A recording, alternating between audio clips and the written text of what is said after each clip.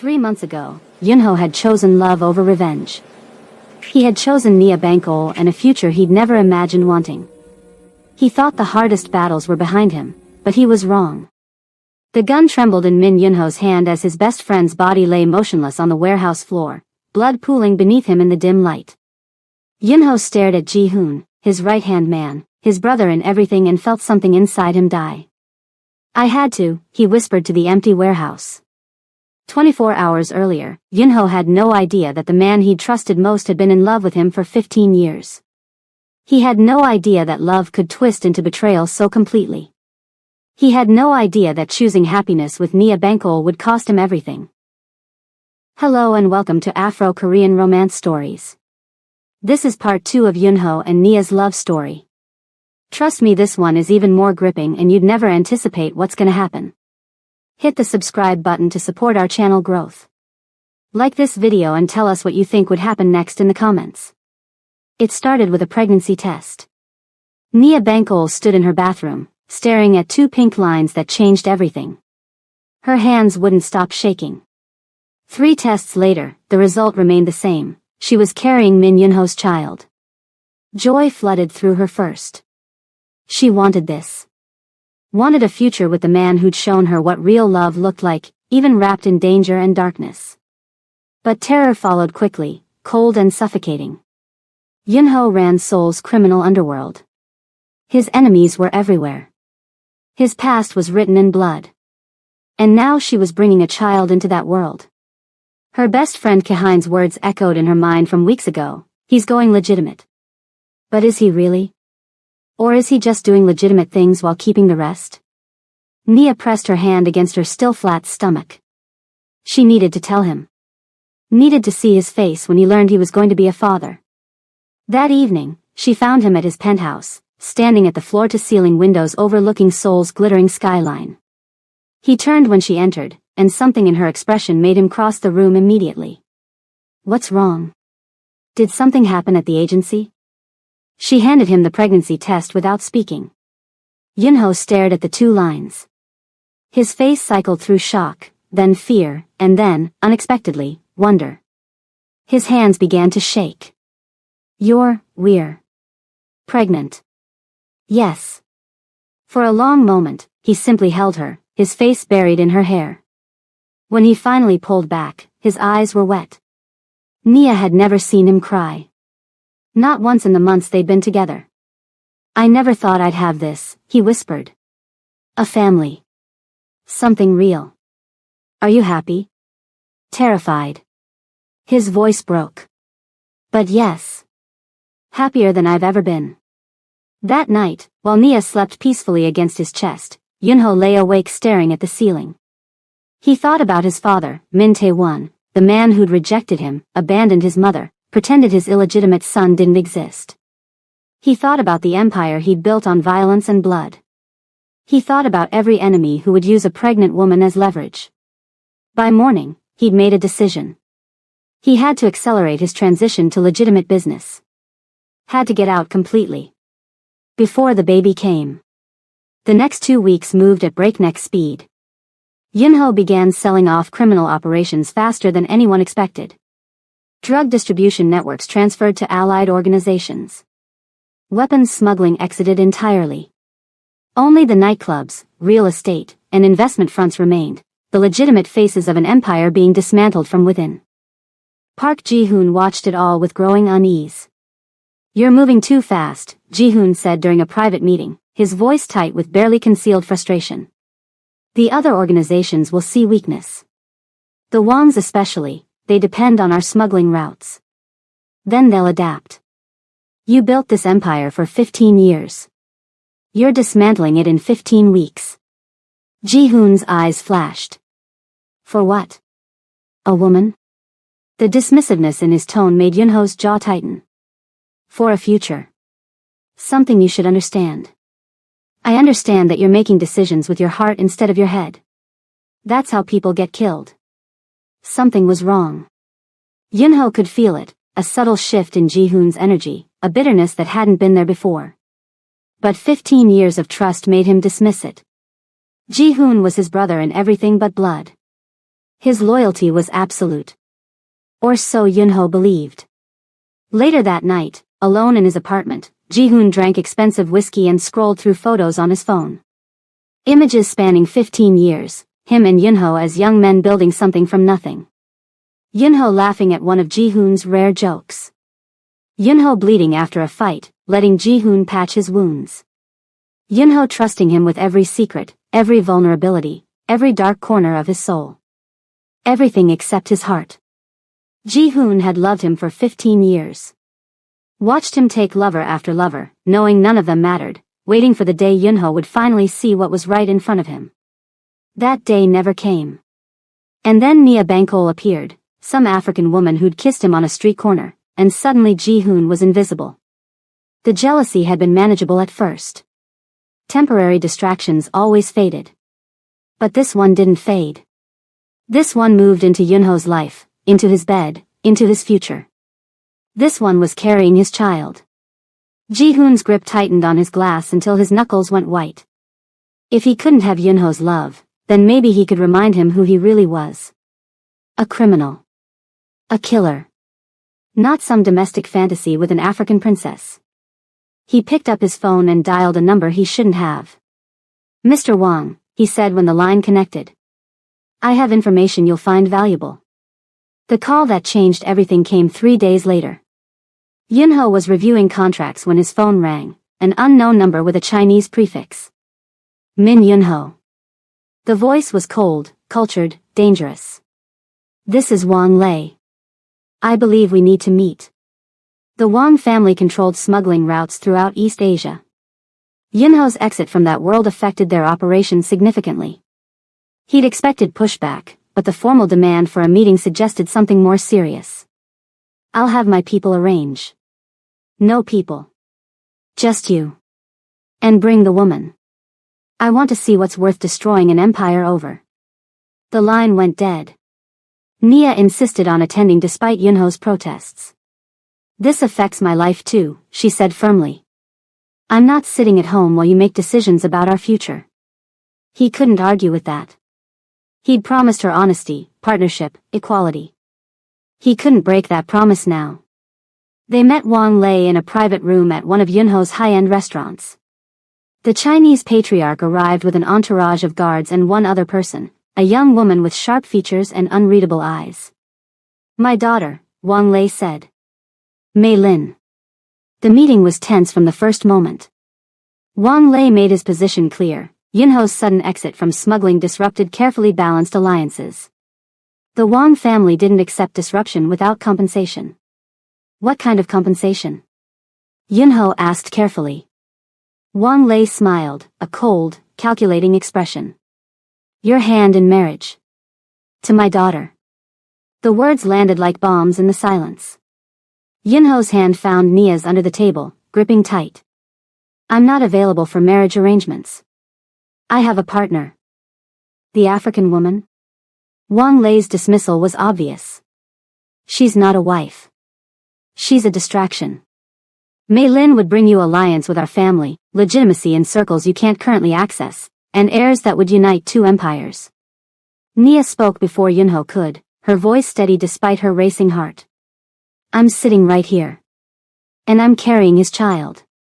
Silence crashed through the room. Wang Lei's eyes narrowed. Mei Lin's expression flickered, surprise, and something that might have been sympathy. "Then you've complicated things significantly." Wang Lei stood, adjusting his suit jacket. "You have 1 month. Marry my daughter, or we become enemies. And you know exactly what that means." He swept out of the room, his guards following. But Mei Lin lingered. "For what it's worth," she said quietly, glancing between Nia and Yunho, "I don't want this marriage either. My father doesn't ask. He demands." "Then we have something in common," Yunho replied. "Perhaps." Mei Lin moved toward the door, then paused. "Perhaps we could find a solution that benefits everyone except him. I'll be in Seoul for the month. If you want to talk privately, I'm willing to listen." She left. Nia and Yunho sat in heavy silence. "Did she just offer to help us?" Nia finally asked. "Maybe. Or maybe she's playing her own game. Yunho pulled her close, his arms wrapping around her protectively. But I'm not marrying anyone except you. Whatever it takes, we'll find another way. It wasn't a proposal. Not yet. But it was a promise. The threats multiplied before the week ended. Yunho's intelligence network reported devastating news. Daniel Min had been released from prison. Charges reduced, sentence commuted, supposedly due to new evidence undermining the conviction. How is that possible? Nia demanded. The evidence against him was solid. Someone with resources intervened. Yunho's voice was grim. Someone who could manipulate judges and fabricate documentation. Who has that kind of power? His jaw tightened until the muscles stood out. My father. Through back channels, Yunho learned the truth. Min Tae-won was dying, liver cancer, perhaps 6 months to live. And he'd decided he needed an heir who could actually function. Daniel, despite his failures, was still the legitimate son. Still publicly acknowledged. Still capable of inheriting the Min Empire. Tae-won hadn't freed Daniel out of love. He'd freed him as a chess piece. The question was what game the old man was playing. Daniel didn't attack directly. That would have been easier to handle. Instead, he simply appeared. At a restaurant where Nia was dining with clients, sitting across the room, watching her with a smile that made her skin crawl.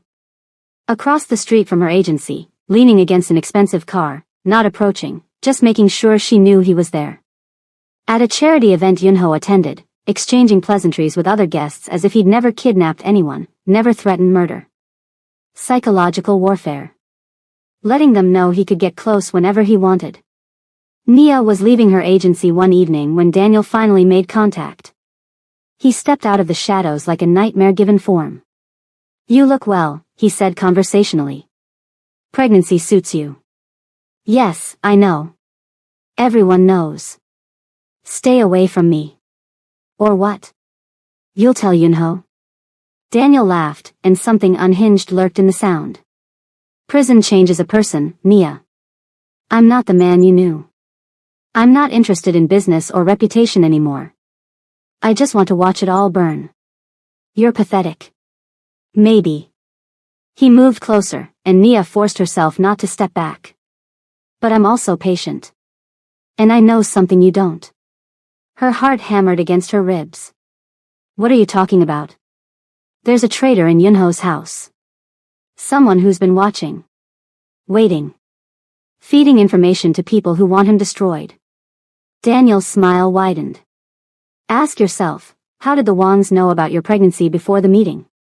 How did they know exactly when to make their move? He walked away before she could respond, leaving Nia standing in the streetlight's glow, blood running cold with sudden, terrible suspicion. She didn't tell Yunho immediately. Part of her dismissed it as manipulation. Daniel was a liar, always had been. But another part remembered something she'd been trying to ignore. The way Ji-hoon looked at Yunho when he thought no one was watching. The way he looked at her, not with professional distance, but with something that burned like hatred. Nia started paying attention. Watching. Noticing. Ji-hoon always knew where they would be before they arrived. He was present for every private meeting, every secret conversation. He'd been with Yunho for 15 years, longer than anyone else in the organization. And lately, he took calls in private. Deleted messages immediately. Disappeared for hours without explanation. She confided in Kahin during a late-night phone call. Daniel said there's a traitor. Someone close to Yunho. And you believe Daniel? No. But I believe my instincts. Nia's voice dropped. Something is wrong with Ji-hoon. The way he looks at Yunho, like he's in love with him. And the way he looks at me, like he hates me for existing. Kahin was quiet for a long moment. If Yunho's right-hand man has been secretly in love with him for years, and you walked in and got everything Ji-hoon wanted, that's a dangerous kind of jealousy. What do I do? Tell Yunho. He won't believe me. They've been together for 15 years. Ji-hoon has bled for him, killed for him. He's family. Then find proof. Proof came from an unexpected source. Mei Lin contacted them 3 weeks after their first meeting, requesting another private conversation. They met at a quiet tea house in Bukshan, away from watching eyes. "I have something for you," Mei Lin said, sliding a folder across the table. "Financial records, shipping manifests, evidence of my father's most illegal operations. Used correctly, this could destroy him, or force him to back down from his demands." Yunho studied her carefully. "In exchange for what?" "My freedom. Help me disappear. New identity, new life, far from my father's reach." Her composure cracked slightly. "I've been a piece in his game since birth. 3 engagements already, each ending when the man became useless to my father. I'm tired of being moved around a board. That's significant trust to place in strangers. I've watched you both." Mei Lin's gaze moved between them. "You chose love over convenience, over an alliance that would have made you stronger. I'm betting you'll do it again." They agreed to work together. But as they were leaving, Mei Lin said something that stopped Yunho cold. "One more thing. Your man, Ji-hoon." Every muscle in Yunho's body tensed. "What about him?" "He's been in contact with my father. I've seen his name in private correspondence." Her eyes held sympathy. "I don't know the details. But I thought you should know." The drive home was silent. Nia could feel Yunho's rage building, a cold, terrible thing that filled the car like smoke. When they reached the penthouse, he finally spoke. "Tell me what you've noticed." "About Ji-hoon." "Everything." She told him. The watching, the jealousy, the way Ji-hoon looked at her with barely concealed hatred. The suspicious calls, the deleted messages, the times he knew things he shouldn't have known. And then she said the words that shattered something in Yunho's chest. "I think Ji-hoon is in love with you. Has been for years. And when I came into the picture, when you chose me, something in him broke." Yunho sank onto the couch, head in his hands. 15 years of brotherhood, trust, and loyalty crumbling around him. He never said anything, he whispered. Never even hinted. "Would you have returned his feelings?" "No. I've never." He was family. Was. And now he's been feeding information to people who want to hurt us. Hurt our child. The last word hung in the air like a blade. When Yunho looked up, his eyes had gone cold. The man who'd been learning softness, learning to love, disappeared. In his place stood the crime lord who'd built an empire on blood. "Bring Ji-hoon to me," he said into his phone. "The warehouse on the east side. Tell him it's business." He looked at Nia, and for a moment, she saw both men he was, the lover and the killer, existing in the same body. "Stay here. Lock the doors. Don't let anyone in except me. Yunho. Please." His voice cracked on the word. "I need to handle this. And I need to know you're safe while I do." She nodded, understanding what he wasn't saying. Whatever happened in that warehouse, he didn't want her to see. He kissed her once, desperate, fierce, like he was memorizing her taste, and then he was gone. And Nia was left alone with the terrible knowledge that the man she loved was about to do something that couldn't be undone. The warehouse was empty except for 2 men. Ji-hoon arrived expecting a business discussion. He found Yunho waiting in the center of the concrete floor, surrounded by shadows and the weight of betrayal. "Where is everyone?" Ji-hoon asked, immediately alert. "I wanted to talk. Just us." "About what?" Yunho's voice was steady. Deadly calm. "About Wang Lei. About the information you've been feeding him. About how long you've been stabbing me in the back." Ji-hoon went very still. For a moment, his mask held. Then something behind his eyes crumbled. "How long have you known?" "Not long enough." Yunho stepped closer. "But I know now." The silence stretched between them, 15 years of history, loyalty, and love twisting into something unrecognizable. Then Ji-hoon laughed. It was a broken sound, full of pain and bitter fury. "You want to know why?" He spread his arms wide. "Because I loved you." The words hit Yunho like bullets to the chest. Ji-hoon's composure shattered completely, years of suppressed emotion pouring out in a flood of raw anguish. I gave you 15 years. 15 years of loyalty, blood, and sacrifice. I killed for you. Nearly died for you. And then she walks in, this woman from nowhere, and suddenly I'm invisible. Suddenly everything we built together doesn't matter. Ji-hoon. I loved you. The confession tore out of him like something dying. I've loved you since we were young and stupid and building something from nothing. I watched you take lover after lover, knowing none of them mattered, waiting for you to finally see what was right in front of you. And you never did. You never saw me. You never told me. How could I? You don't feel that way. I knew you didn't. So I stayed silent, and I stayed close, and I told myself it was enough. Ji-hoon's face twisted with hatred. Until her. She doesn't deserve you. She doesn't understand what you are, what you've done, what you're capable of. She sees some fantasy of redemption. I see the truth. And I love you anyway. So you betrayed me? Yunho's voice cracked with disbelief and rage. Gave information to enemies? Put my child, in danger? I wanted you to remember who you are. A criminal. A killer. Not some domestic fantasy playing house with an African princess. Ji-hoon stepped closer, desperation burning in his eyes. This softness, this reaching for legitimacy, it's a lie you're telling yourself because she makes you feel clean. But you'll never be clean, Yunho. Neither of us will. Silence crashed through the warehouse. Yunho stared at the man he trusted more than anyone, his brother in everything but blood, and felt something inside him die. You're wrong, he said finally. About her. About me. About everything. I loved you as a brother. You were family. The only family I chose for myself. And you threw it away for something I was never going to give you. So what happens now? Ji-hoon's voice dropped to a whisper. You kill me? The gun felt impossibly heavy in Yunho's hand. He'd killed before, many times, without hesitation. But this was different. This was 15 years of shared history.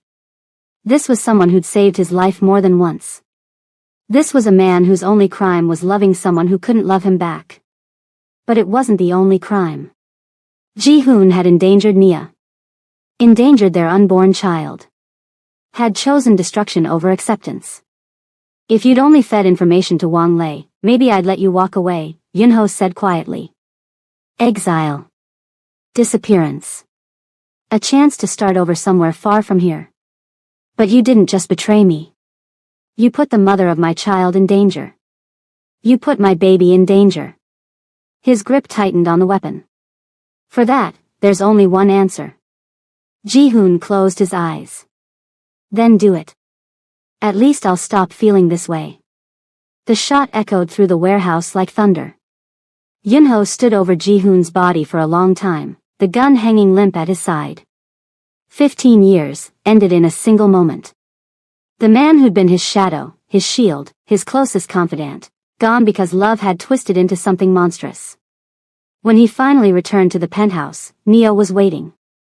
She took one look at his face and opened her arms without asking questions. He broke down for the first time since his mother's death. I had to, he whispered against her hair. I know. He was family. I know that too. I'm not a good man, Nia. I never will be. She lifted his face to hers, forcing him to meet her eyes. You're the man I chose. The father of my child. Whatever you are, whatever you've done, I chose you. And I keep choosing you. They held each other through the night, and Yunho learned that sometimes the deepest wounds come from the people you trust most. But the war was far from over. Ji-hoon's death sent shockwaves through Yunho's organization. His people were shaken. If the boss's most trusted man could fall, no one was safe. Whispers of instability spread through Seoul's underworld. Rivals sensed blood in the water. And Daniel Min circled like a shark. The attacks came in rapid succession. First, Nia's agency was vandalized, threatening messages painted on the walls in red, her employees terrorized, her reputation targeted. Then came something far worse. Kehind was attacked leaving work one evening. 3 men beat her savagely, leaving her bloodied on the sidewalk with a message carved into the concrete beside her: "Tell Nia to leave Seoul." Nia sat by her best friend's hospital bed, guilt consuming her from the inside out. "This is because of me," she whispered. "Because of Yunho. Because of this whole mess." Kehind, bruised and bandaged but fierce as ever, grabbed her hand. "Don't you dare blame yourself. That psychopath Daniel did this. Not you. Maybe I should leave. Take myself out of the equation." "And go where?" "He'd follow you. This isn't about you running away. It's about ending this. Ending him." When Yunho saw what Daniel had done, something cold and terrible settled over him. The man who'd been learning softness vanished. The crime lord emerged, calculating, ruthless, ready for war. "He wants destruction," Yunho said, his voice flat and deadly. "He'll get it. Yunho, think about this." "I've thought about it. He doesn't get to hurt the people you love and walk away." For the first time, Nia truly saw what Yunho was capable of. Not the softened version he'd been showing her, but the killer. The crime lord. The man who'd built an empire on violence and blood. She should have been afraid. Instead, she said, "What do you need from me?" He looked at her, surprised, moved, grateful. "Stay protected. Let me handle Daniel.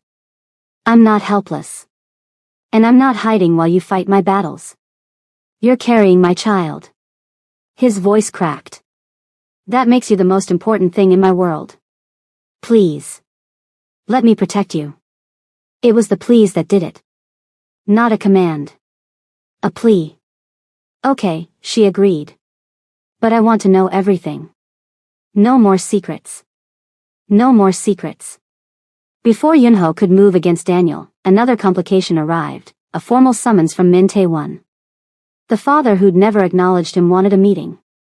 "A matter of inheritance to discuss before I die." "It's a trap," Nia said immediately. "Probably. But I need to know what he wants." Yunho's jaw tightened. "And I need to look my father in the face at least once. Then I'm coming with you." Nia. Non-negotiable. The Min family estate sprawled across the outskirts of Seoul, a massive traditional Korean compound that Yunho had only seen in photographs. He'd spent his childhood in poverty while his half-brother grew up surrounded by this wealth. The irony was suffocating. Min Tae-won waited in a wheelchair, visibly dying, gaunt, pale, but still radiating the cold authority that had built an empire. When Yunho entered with Nia, the old man's eyes showed no surprise. "So. The bastard finally comes home."